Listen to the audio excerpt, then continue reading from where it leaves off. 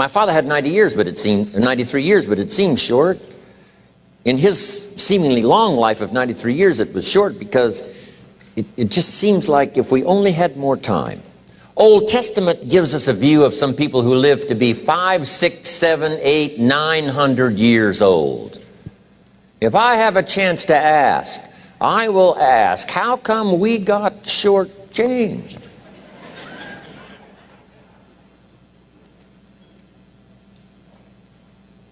Wouldn't that be a good question if you had a chance to ask?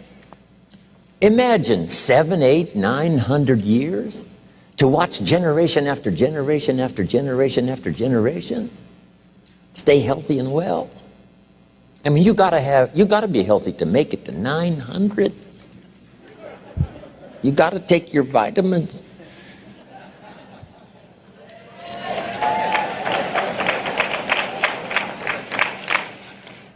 I'm pushing the Bible, I'm pushing vitamins, I'm doing good today. So, the key is time is precious. Now let me give you Bill Bailey's description of time. Life is not just the passing of time. Life is not just the passing of time. Life is a collection of experiences, their frequency,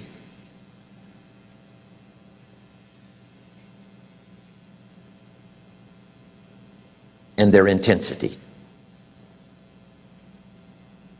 Life is not just watching the clock tick away. Life is a collection of experiences, their intensity, their frequency. When my friend Mark died at age 44, someone says, that's young to die.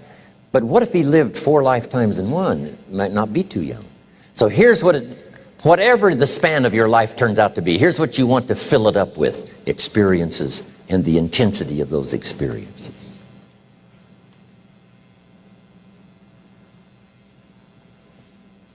But now let's talk about the management of time. Here's one of the best ones. We covered earlier, when should you start building this hotel? Answer, as soon as you have it finished. Now jot this one down on time management. When should you start the day? As soon as you have it finished. Plan the day the best you can, leaving plenty of room for improvising and surprises and all the stuff that happens during the course of the day. But if you've planned a good, productive day, now you start that day, you can't believe how much more valuable your time will be. Don't start the day until you have it finished. Now here's the next one. Don't start the week until you've had it finished. Now to lay out a week is a pretty good challenge. Next, don't start the month until you have it finished. The places to go and the people to see and the productivity and the sales and the customers and the development and all the rest of what you want to accomplish during the course of 30 days.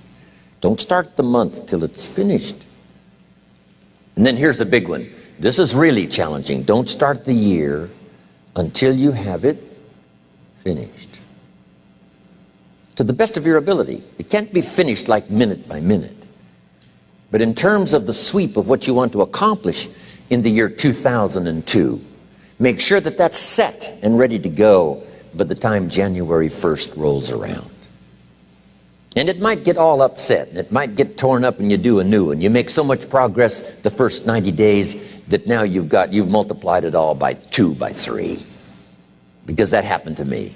I thought, wow, here's how this is going to be a great year. By the time I'd finished the 3rd month, I'm rolling, I'm soaring. So many things are happening, I revised my whole year's plan.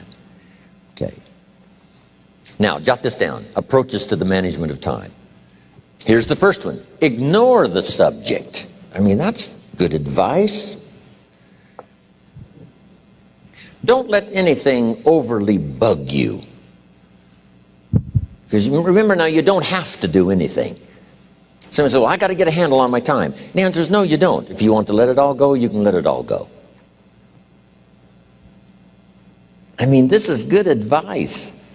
Somebody says, you ought, you ought, you ought. Jot this down. Ignore all the you oughts or you should.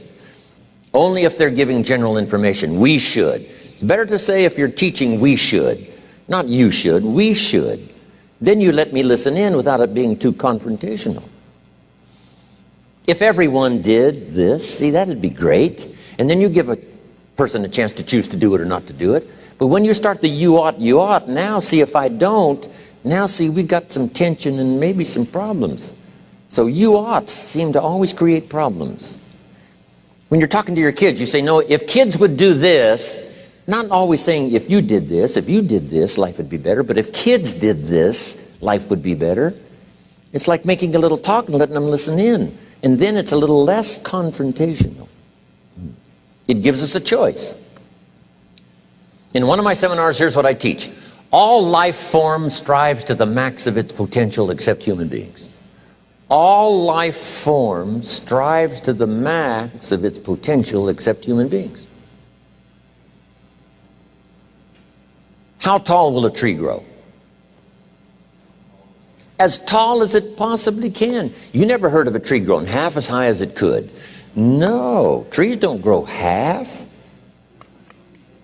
A tree drives its roots as deep as it can, reaches as high as it can, produces every leaf it can, every fruit it possibly can. To the max. Every life form strives to the max, except human beings.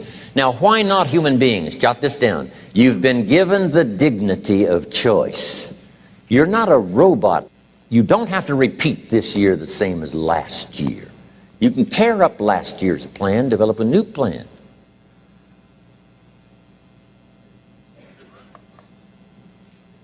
So, the dignity of being a human being. Now, here's the choice on being a human being. To be part of all we were meant to be, or to be all. To strive for all, or half, or part, or some. The choice is up to you. To develop one skill or 10 skills. Someone says, well, I'd be happy with just one more language. Well, some say, hey, I'm going to learn 6 or 7. And this is all a matter of choice. And when someone says, no, you ought to learn 4, you got to resist all that. Because this is personal dignity. And you don't want to destroy someone's dignity by doing all the oughts, and then they feel reluctant to do it. Now we've got problems. So if you want to, just ignore this subject on time management. Now here's the next one. Step down to something easier.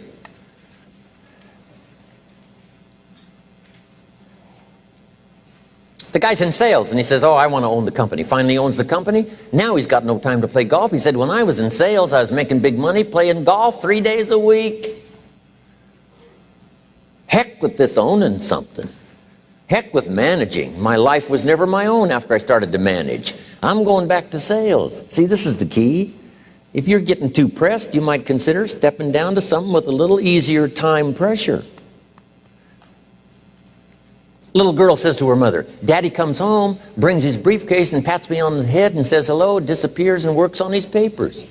How come my daddy doesn't play with me? And her mother said, look, your daddy loves you very much, but he's so busy at work, he can't get it all done, he has to bring it home. He loves you, but that's why he can't play with you. And the little girl said, why don't they just put him in a slower group? So, jot this down now. If you don't have time for your kids, you might consider joining a slower group. Remember when I said some things I went for cost me too much? So reconsider.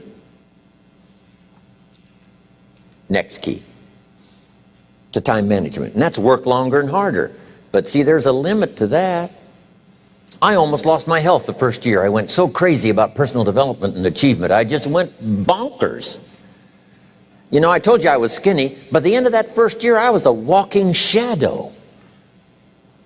And then it suddenly occurred to me, what if I got rich and too ill to spend it? I mean, that was a shocker. So I started, developing a little more reasonable. Because I said, if 12 hours won't do it, I'll work 14. If that won't do it, I'll work 18. I mean, how many hours it takes. And sure enough, it cost me too much. So see, working longer and harder for some might be appropriate. If you're just sitting around not doing that much, this might be good, work longer and harder. But you can only work so hard. Here's the key, not to work harder, but smarter. When you've worked as hard as you can, doing the best you can in terms of physical output in the time, reasonable time. Now here's the ultimate in the management of time, and that is you simply become more skillful. When I first got into sales, You know, I was around people that could get, 9 out of 10, 8 out of 10. And when I first started, I could only get 1 out of 10. But here's what I did. I worked around the clock, so that I would make up in numbers what I lacked in skill. That's good in sales. You got to jot that down. When you're new, you make up in numbers what you lack in skill. Now, when you become more skillful, the numbers can go down because now your persuasive ability and all of that is now so high that you don't need to put as many numbers out. But at first, if you want to compete or if you want to really get good, you've got to put in the numbers. But if you get more from yourself, develop more of yourself, now the time management becomes an easier task. Now here's the next thing. Either you run the project or it runs you. I've found out when you start something, at first you're in charge. All of a sudden, a year later, it's in charge. Some of the companies I started, I'm telling you, I'm in control. A couple of years later, I'm out of control. At first, I've got it on the run. 2 years later, it's got me on the run. Haven't got enough time. I'm dizzy with trying to get it all done. So here's part of the key, and that's to get in charge. Say, I'm going to take charge of my health. One of my albums is entitled, Take Charge of Your Life. Take charge of your time. Take charge of your resources, which we're going to talk about next. Take charge of your health. You're the one that's responsible for it. It's not a requirement of society that you not have a heart attack and take care of your family. That's not a requirement of society, but you must make it a requirement of yourself. Society doesn't require that you build a financial wall around your family nothing can get through. That's not a requirement of society. It's a requirement you impose on yourself to build a financial wall around your family nothing can get through. So impose on yourself this self-development of being in charge, taking charge of your life and your health and your future and your responsibilities and all the rest. Next, reasonable time is enough time to achieve all of your goals. Just jot that down. Reasonable time is enough time. I had to learn that. Reasonable time is enough time. Here's why. It's not the hours you put in, it's what you put in the hours. If you start depositing greater ideas into the hours you've got later than now, I'm telling you, later you can't believe the productivity that will flow. The ideas you can't think of now, a year from now, they'll start to flow. And when you deposit those ideas in the hours you've got, productivity multiplies by 2, 3, 5, 10. Next, time management essential. We've already covered the first one, a written set of goals. And then do priorities on your goals. What's important this week? What's important this month? Here's the next one. Often review. Just go over your goals to make sure that your list is working for you. It's got you inspired. It's got you turned on.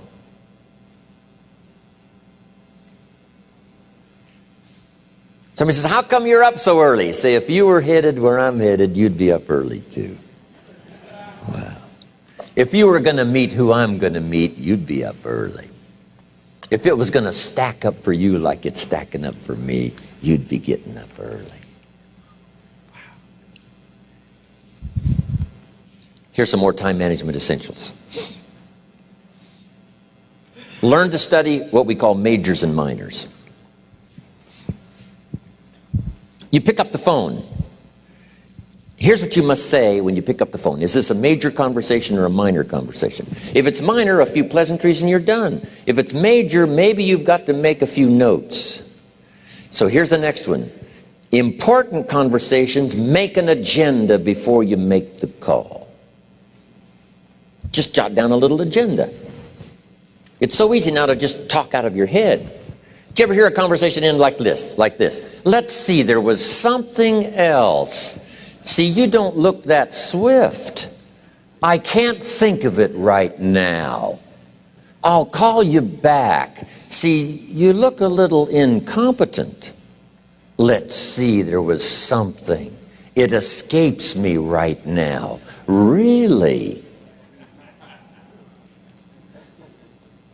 So have you got this now? Make an agenda before you make a call if it's an important call. Now later that saves you all kinds of stuff. You call John in, the salesman, and say, John, remember those 4 things we went over? He said, no, we didn't talk about that. And then you pull out your daytime or whatever, and there's the list you made when you made the call. He said, oh yes, seems like I do remember. And you've got him with your list. If it's just, salespeople especially can talk you out of what's in your head. It's true. No, we didn't talk about that. And if you don't have a little proof, I'm telling you, it's gone. So make an agenda before you make a call. So what's major, what's minor? Now here's the key on this. Don't major in minor things. If you take up major time to do minor things, I'm telling you, you'll be behind the curve constantly. Here's what we learn in sales training. What's major time and what's minor time? Here's minor time, thinking about prospects. Here's minor time, making lists of prospects. Here's minor time, keeping books on prospects. Here's minor time, going to see the prospect. Here's minor time, evaluating the prospect after you've been there. That's all minor time. Here's major time, in the presence of the prospect. That's major time. And if you took a look, if you're in sales and you took a look at a week, you'd say, my gosh, I'm spending 90% of my time on the minor stuff and so little time on the major stuff in the presence of. How many hours in the presence of in my day? How many hours in the presence of during my sales week? Because the time that really counts is in the presence of the prospect. Majors and minors. Here's another key time management essential. Don't mistake movement for achievement. It's easy to get faked out by being busy. Guy comes home at night all exhausted, falls in the chair and says, oh, I've been going. Here's the big question. Doing what? It's not the going. Some people are going, and they're doing figure eights. I mean, their progress is small. So don't mistake movement for achievement. Here's another one in sales we learned. Don't mistake courtesy for consent. If somebody's pleasant and they nod, you say, oh, they're going to buy. No, they're courteous. You can't mistake courtesy for consent.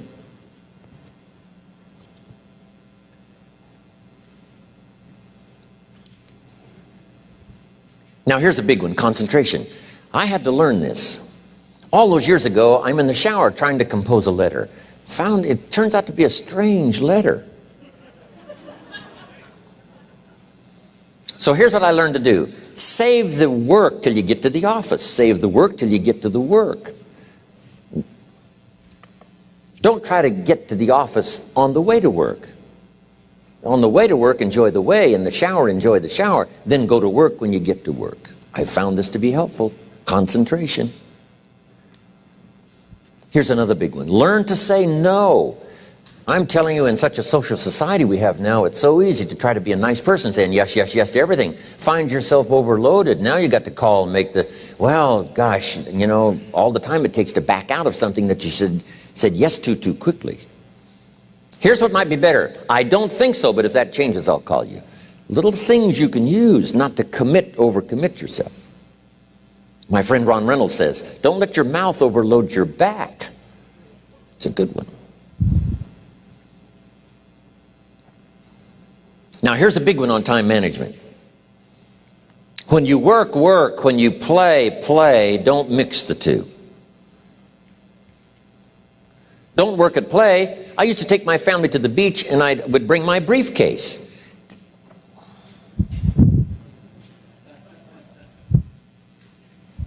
I learned not to do that. Or at the beach I'm saying I should be at the office, I should be at the office. Now my family's upset. Because I'm at the beach and I'm thinking office, office, office. Now when I'm at the office, I'm thinking what? I got to get my family to the beach, the beach, the beach. So things are not going too well at the office because I'm thinking beach, and things are not going too well at the beach because I'm thinking office. Here's what I learned to do. At the beach, be at the beach. At the office, be at the office. When you work, work. When you play, play. Don't mix the two. Don't work at play. Now here's one of the most important ones. Don't play at work. Work is too serious. You don't want the reputation of being the office joker. It's not a good one. Yes, there's time for some pleasant stories. Yes, there's time for a little humor. Yes, best if it's a happy office, of course. But I'm telling you, you got to be serious about work, because you're parting with a piece of your life for the work you do. Your work costs you a piece of your life. Here's what it's called: serious business. Not grim, not unhappy, but serious. Key. Don't play at work. The old expression, I don't think we use it anymore, horse around at the office. Play around, play jokes, play tricks. No place, not at the workplace. At the beach, yes. At the bar, yes. Somewhere else, not work. You got to treat work with all due conservative passion, because it's leading you to your future. Here's another key phrase: all work is good. You may not like your job, but if it's the stepping stones to get you to where you want to go, you got to appreciate your job. You don't have to have a passion for your job. Here's the ultimate passion: a passion for incredible success in every department of my life. That's the passion.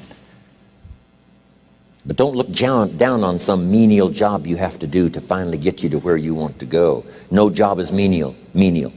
No job is not, no, every job is noble. Training life for pay, making a contribution to society. Next, analyze how you are. And if you have some weaknesses, if you can't, doesn't seem like you can change, here's the key: get it covered. I used to keep promising myself I'd keep the books, keep the books, keep the books. Finally, I gave that up. And back then, it only took me an extra $50, $60 a month for some accountant to keep the books. I said, no, I'm going to save the $50. You can't believe what I started losing in productivity because I tried to save the $50. So the key is, a lot of the time you can stay like you are, but just make sure you get it covered. Okay. Next, beware of the telephone and all other systems of communication, especially the telephone at home and systems of communication at home. And here's one of the best lines I've got for you for the weekend: let all communication systems serve you, but don't let them intrude. When it comes time to have dinner with your family, you shut off all systems, unless the ones that can take messages silently. Don't let the phone ring. Don't let anybody intrude, come through the front door nor the back door, nor through the telephone or any other device. So you can't reach John and his family when he's having dinner. The President of the United States couldn't get through. If you develop that kind of a reputation, father, mother, when we have dinner, when we're visiting and have this time with our family, nothing intrudes. So don't let these clever little devices keep intruding. You've got to have a place that's sacrosanct. It's valuable. You don't let anything in for that period of time. Okay. Isn't that good advice? Excellent advice. Here's the next one. Read all the books. You know, I've only got a few notes here on time management, but if you've got some particular challenges, you run a big organization, a big corporation, you've got some challenges, there's plenty of books. Now, here's what's next. Just be more alert to the things that might be stealing your time. Here's why. Time is like capital. You can't let someone steal your seed corn. You can't let someone steal your capital. And you can't let someone steal your time. You must designate your time. And some of the time that you designate, you must not let anyone steal. Casual time, you might let someone intrude and steal a little bit and take a little bit, but not serious time. Key. Next, one of the great time management savers is to learn to ask questions up front. Sometimes you talk to somebody for an hour, and then you ask questions and find out if you would have asked those questions up front, you could have saved yourself an hour. Asking questions up front helps you to get to the problem now. But if you just launch into some discourse, you might waste 30 minutes, waste an hour, when here's what you should have been talking about. After you finished an hour, you say, John, what's really the problem? He said, well, it's something personal. See, that's what you should have been talking about this whole hour. Key. Next, learn to think on paper. Now we're going to take a break. Some ways to think on paper. One, we've covered one. Solving problems. Take it out of your head and put it on paper. Another one is setting goals. Making these lists we've already started. Here's another good way to think on paper. It's a projects book. Each person you're working with and each project you're working on, get a loose leaf binder and a tab and some pieces of paper behind the tab, and do a little continual summary of how it's going between you and that person and between you and that project. I call it a projects book. It is so useful to me. But what's going on between you and this person? When you last got together, what did you talk about? And you got a few notes there. Here's what we talked about the last time we got together. Now when you get together again, you can review that so you'll know better what to talk about. When the president gets ready to travel and he's going to meet some important people, guess what they bring him? All these briefing books. Right? The last time you were with Khrushchev, Kennedy is informed. Here's what he said and here's what you said. Kennedy said, oh, that's valuable. I need to remember that. If a person is important, it's worth a little running account. You might even have a projects book for your children. Here's what's happening between me and my child. We've talked about this, and we've talked about this, and we've talked about this. Next, a day timer. Keeping track of all of your appointments. You know, mine is all filled with, you know, when to catch an airplane and when to do a seminar and when to sit down and have a conference, all the rest. Next is a game plan. You know, if you've got a house and the, you know, insurance is going to come due and some other things are going to come due, you just put it on a spreadsheet and make sure it's taken care of. Key phrase, take things out of your head and put them on paper. And the key is to just experiment with different ways that helps you to do that. Now here's the last one, thinking on paper, and that's to keep a journal. One of the things I'm known for around the world, have been now for 39, 40 years, is keeping a journal. Now my journal is not a, you know, it's not necessarily a, it's not like a diary. It might be part diary. You know, I'm flying over Ireland and I write down a few little things that impress me. Today I met this person. Wow, what an extraordinary event. Today I conducted this seminar in Rome. 1,000 people stood up and sang for me. I've got a little bit of a diary in there. But here's what primarily your journal is for. Collecting good ideas. A journal is to collect good ideas on your health, good ideas for your business, good ideas for your future, good ideas for time management. Because I used to take notes on pieces of paper and torn off corners and backs of old envelopes and restaurant placemats. And I threw all this stuff in a drawer. It did not serve me well. I finally learned to get a bound copy, right? And just keep a journal, right? If I was here, I had my journal, I'd be taking notes, right? These 2 days in my journal. Now, if you're caught without your journal, you just take the notes when you get back home. You put those notes in your journal, throw the paper away. Because we don't usually go through paper to review. But see, my journals now make up a significant part of my own library. My journal's all reserved privately for my children and my grandchildren. Can you imagine what I've collected over the years? It's unbelievable.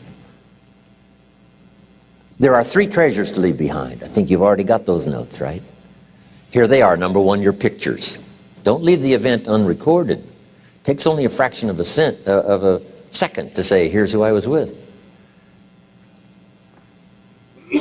When I travel the world, right?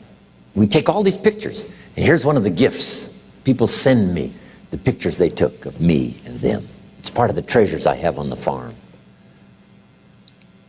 Incredible. A picture's worth 1,000 words to describe the scene, the emotion, what happened. Say, wow, this was an extraordinary day for me when I met these people. Here's what they told me happened to them when they went to my seminar 10 years ago.